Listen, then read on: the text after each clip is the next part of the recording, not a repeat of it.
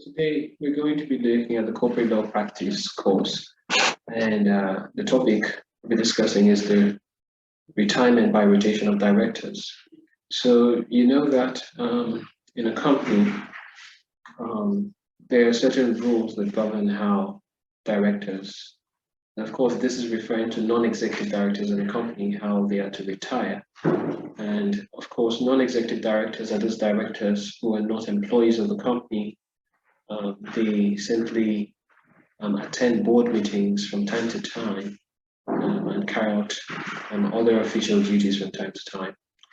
Now, the general rule regarding the retirement of directors is that the articles of the company will stipulate how the directors are to retire. Now, where the articles of the company are silent, then Section 285 of CAMA would apply.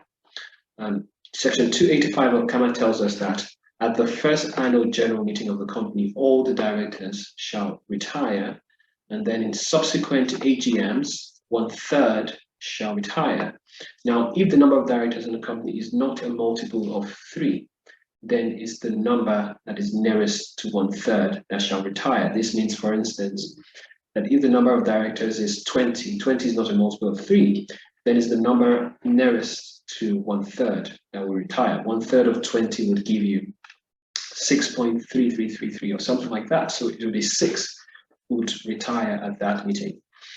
Now, how do we know which directors shall retire at every given meeting? Now, the rule is that the directors who have been longest in office would be the ones to retire at the meeting. So the first to be appointed would also be the first to retire. But if at any given meeting, all the directors to retire were appointed on the same date, then they could agree amongst themselves on who shall retire at that meeting. And where they cannot reach such an agreement, then it may be determined by lot. All right, so they could, for instance, toss a coin or something to determine who will retire at the meeting. So this is the retirement by rotation rule that applies under 285 of CAMA. Now, I want you to remember that 285 of CAMA would only apply where the articles of the company are silent. All right, it is not automatic that 285 applies in every company. Now, sometimes people have asked the question that it seems senseless that all the directors retire at the first AGM.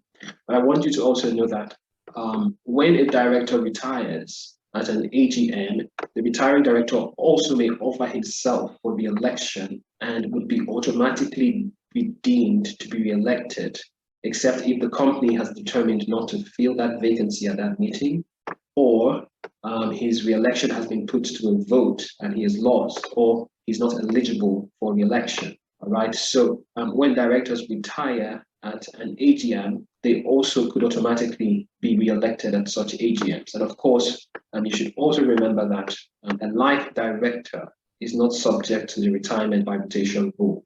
All right, if you go back to the beginning of the topic about directors, you'll see that the director we call a life director is a director who is not subject to the retirement by rotation rule. He does not need to retire at AGMs. So again, I'll just go through the rule one last time. The general rule is that the articles determine how directors shall retire. Where the articles are silent, 285 of CAMA will apply.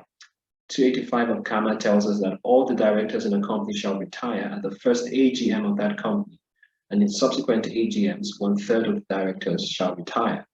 Where the number of directors is not a multiple of 3, it's the number that is nearest to 1/3 that shall retire. And the directors to retire at every given meeting shall be the directors who have been longest in office. That is, the first to be appointed would be the first to retire. And if at any given meeting, the directors to retire were appointed on the same date, then they may agree amongst themselves on who shall retire at that meeting. And where they cannot reach such an agreement, it shall be determined by lot. So I hope you've enjoyed learning this today, and I'll see you again in another video. Bye-bye.